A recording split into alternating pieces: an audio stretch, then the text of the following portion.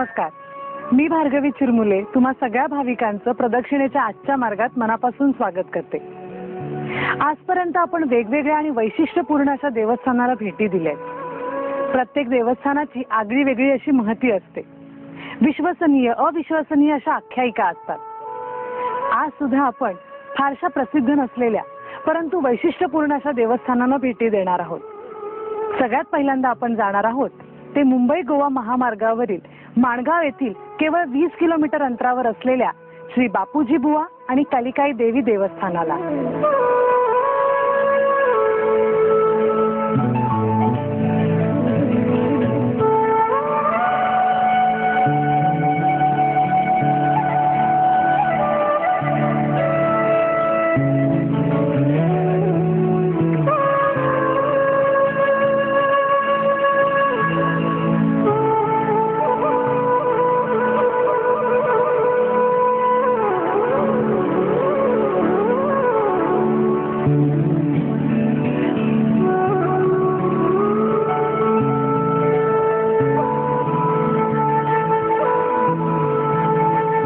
जवळपास प्रत्येक पुरातन मंदिरामध्ये जाऊन देवी देवतांचं दर्शन घेण्यापूर्वी काही रूढी, परंपरा, प्रथा असतात। या मंदिरात देखील असंच काहीच आहे। सर्वप्रथम रहाटीमधील श्री गोसावी बुवांचं दर्शन घेऊन कापूर, उदबत्ती लावून नारळ वाढवतात आणि नारळाच्या शेंडीकडील भागाचे 5 तुकडे करून गोसावी बुवांकडे ठेवले जातात। मात्र या ठिकाणी स्त्रियांना जायला मज्जाव आहे।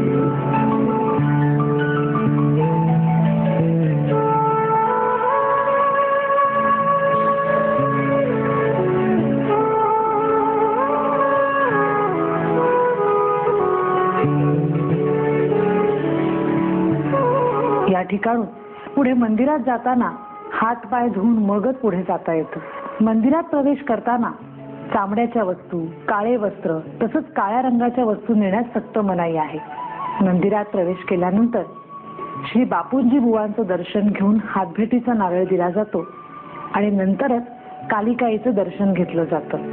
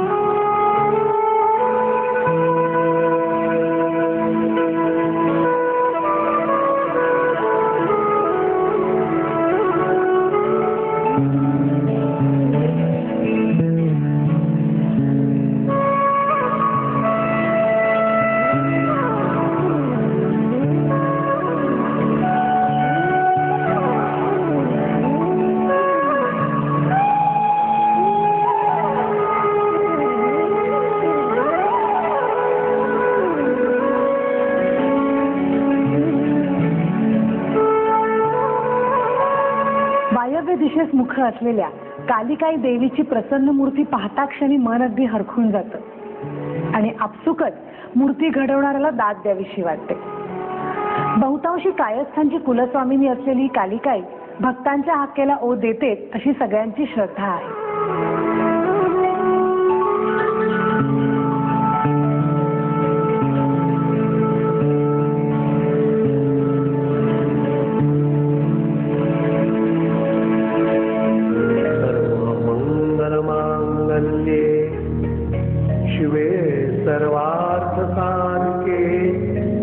शरण्ये त्र्यंबके गौरी नारायणी नमोस्तुते। सर्वमंगलमांगल्ये शिवे सर्वार्थसाधके शरण्ये त्र्यंबके गौरी नारायणी नमोस्तुते। सर्वमंगलमांगल्ये शिवे सर्वार्थसाधके शरण। या पुरातन मंदिराविषयी सुद्धा एक आख्यायिका सांगितली जाते। कैलास पर्वतावरून श्री शिवशंकर भक्तांना तारण्यासाठी पृथ्वीवर अवतरले. ते ज्या भूमीवर अवतरले तीच ही भूमी श्री क्षेत्र कडापे. ते ज्यावेळी भूमीवर अवतरले त्यावेळेला इकडे बापू नावाच्या गवळ्याचा वाडा होता.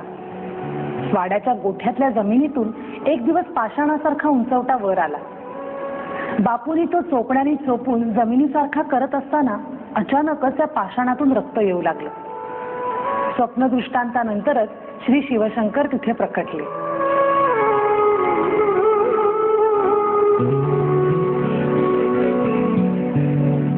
बापू गवळ्याच्या गोठ्यातील देव म्हणून येथील शंभू बापूजी म्हणून प्रसिद्ध झाले. याच बापूजींच्या बोलण्यावरून कालिका माता इथे धावत आली. भान हरून धावत असताना श्री बापूजींनी कालिका मातेला आहे तिथेच थांबण्यास सांगितलं आणि म्हणूनच श्री कालिका मातेचं मुख वायव्यच आहे. कालिका मातेनेही श्री बापूजींकडून 2 अटी मान्य करून घेतल्या. एकतर भक्तांच्या रक्षणासाठी मी कायम तुझ्या उजव्या हातात बसेन आणि दुसरी अट म्हणजे माझे भक्त माझ्या अगोदर तुझं दर्शन घेतील. आजही ही प्रथा अशी सुरू आहे.